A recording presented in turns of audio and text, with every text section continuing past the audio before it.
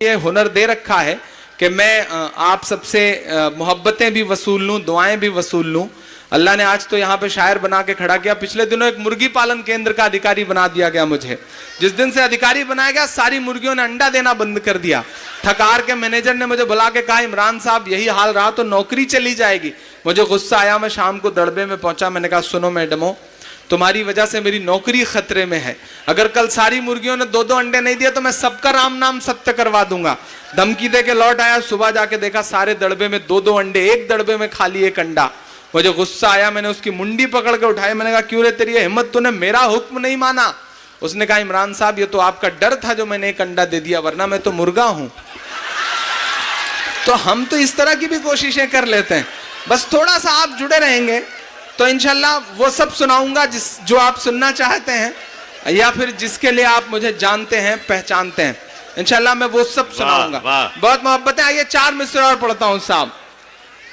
कि सूरज लहू लुहान पड़ा है चाहत का,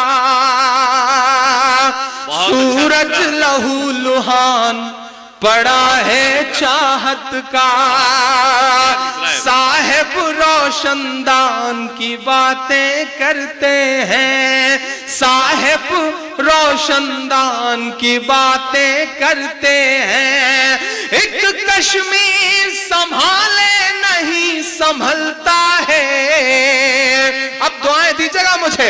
एक कश्मीर संभाले नहीं संभलता है और बलूचिस्तान की बातें करते हैं, और बलूचिस्तान की बातें करते हैं, और बलूचिस्तान की बातें करते हैं। 19 सैनिक हमने उरी में खोए हैं, 19 सैनिक। और उसके बाद तब से 4 बारामूला में खोए हमने, एक जिंदा पकड़ा गया।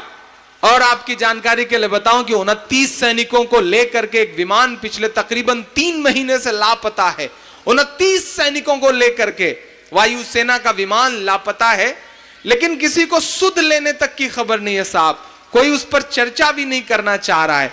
सियासत वाकई अपने मकड़ जाल में उलझ के रह गई है।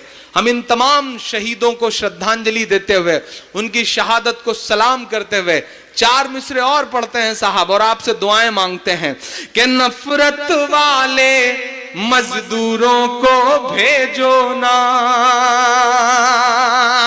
जुड़िएगा, थोड़ा सा हल्का फुल्का आपका मूड बना के संजीदा नज़्म सुनाता हूं कि नफरत वाले मजदूरों को भेजो ना, साध्वी प्राची सी हूरों को भेजो ना, साध्वी प्राची सी हूरों को भेजो ना। गाय के नाम पे जो आतंक मचाते हैं, गाय के नाम पे जो आतंक मचाते हैं, सरहद पर उन लंगूरों को भेजो ना, सरहद पर उन लंगूरों को भेजो ना। नफरत वाले मजदूरों को भेजो ना। बहुत शुक्रिया। 4 मिसरे और पढ़ता हूं, क्योंकि अगली पंक्ति में बहुत बुजुर्ग लोग भी, डाइस पे भी बहुत बुजुर्ग लोग बैठे हैं। मैं 4 पंक्तियां पढ़ता हूं। ये देश बहुत खूबसूरत है और इसकी मिट्टी में पता नहीं क्या असर है कि फासिस्ट ताकतों को बहुत ज्यादा दिन बर्दाश्त नहीं करता है। इस मिट्टी में पता नहीं क्या असर है। सियासत कितने भी तिकड़म कर ले, लेकिन ऊपर एक ताकत बैठी है जो समय समय पर सियासत को बताती है कि नहीं, असली सियासत करना तो हम जानते हैं। मैं 4 मिसरे पढ़ता हूं। सियासत की लाठी जो भी करे ठीक है, लेकिन कुदरत की लाठी क्या करती है? मेरे 4 मिसरे सुनिएगा साहब। कि तेरी शोला बयानी से ज्यादा कौन समझेगा। तारिक भाई, मैं चाहता हूं कि ये मिसरे आपके हवाले से पहुंचे वहां तक। मैं पहुंचाना चाहता हूं कि तेरी शोला बयानी से ज्यादा कौन समझेगा, लहू का रंग पानी से ज्यादा कौन समझेगा, लहू का रंग पानी से ज्यादा कौन समझेगा। आज कुदरत की लाठी में कहाँ आवाज होती है। अब एक एक हाथ तो कसम देता हूं अगले मिसरे पे। आज कुदरत की लाठी में कहाँ आवाज होती है। ये बातें आडवाणी से ज्यादा कौन समझेगा, ये बातें आडवाणी से ज्यादा कौन समझेगा। बाबू भाई की मेहनतों को सलाम, जाहिद साहब, मुन्ना भाई, इन सारे लोगों को बहुत। आखिरी 4 मिसरे उसके बाद एक नज्म सुना के अपनी जगह लेता हूं साहब। यह सच है कि हमारे देश में एक अलग तरह का खूबसूरती का माहौल सा है साहब। एक सूट है वो बिक रहा है तो करोड़ों में बोली जा रही है, लेकिन वहीं छत्तीसगढ़ में मारे गए सैनिकों की वर्दियां 3 दिन तक कूड़े के ढेर में पड़ी रह रही हैं। हमारे देश का सिस्टम कहां जा रहा है। मैं 4 मिसरे पढ़ता हूं साहब। मैं उस व्यापारी से गुफ्तगू करना चाहता हूं जिसने करोड़ों में बोली लगा करके एक सूट खरीदा।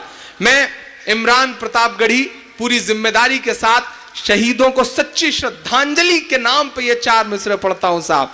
कि बुढ़ापा क्या खरीदा है, जवां मर्दी खरीदो तुम, वतन के चाहने वालों की हमदर्दी खरीदो तुम, वतन के चाहने वालों की हमदर्दी खरीदो तुम। सियासी शख्स की उतरन को लेने से तो बेहतर है। अब दुआएं देना अगर दिल में मोहब्बत हिलोर मारे मुल्क के लिए। सियासी शख्स की उतरन को लेने से तो बेहतर है वतन पर मरने वाले शख्स की वर्दी खरीदो तुम, वतन पर मरने वाले शख्स की वर्दी खरीदो तुम। और बड़ी विनम्रता से मात्र एक छोटी सी अपील कि मोहब्बत भाईचारे के दीवाने दिन ही लौटा दो, वो सस्ती दाल सब्जी के सुहाने दिन ही लौटा दो, वो सस्ती दाल सब्जी के सुहाने दिन ही लौटा दो। ये अच्छे दिन तो अंबानी अडानी को मुबारक हो, हमें ऐसा करो साहिब पुराने दिन ही लौटा दो, हमें ऐसा करो साहिब पुराने दिन ही लौटा दो। अच्छा, यह किसी व्यक्ति विशेष की बात नहीं है।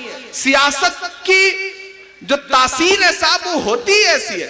वो एक हिंदुस्तान का नेता तारिक भाई अमेरिका गया तो उसने देखा कि जो उसका अमेरिकी नेता दोस्त है उसका बड़ा बड़ा सा बंगला है, बड़ी बड़ी गाड़ियां खड़ी हैं। तो उसने कहा यार कैसे बनाया ये सब।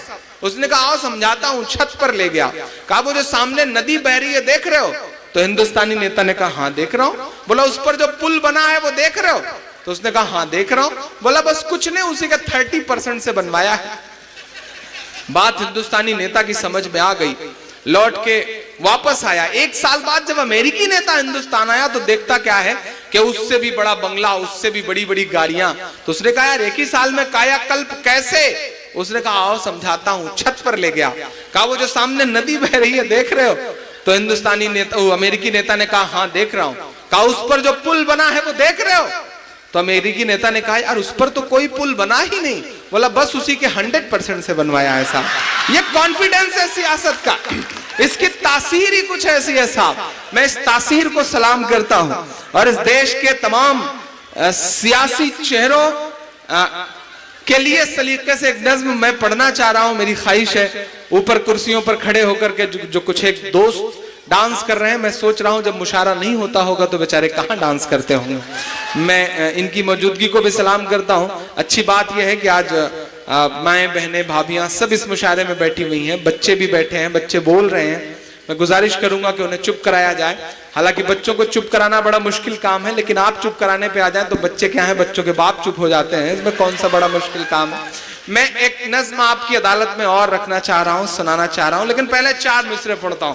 ये जो खूबसूरत सा माहौल है, जो खूबसूरत सा ये आज का जो ताना बाना है, इसके नाम 4 मिसरे के। चाक है जिगर फिर भी आए हैं रफू करके,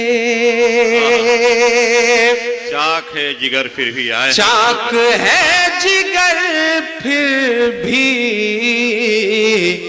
आए हैं रफू करके, जाएंगे हकीकत से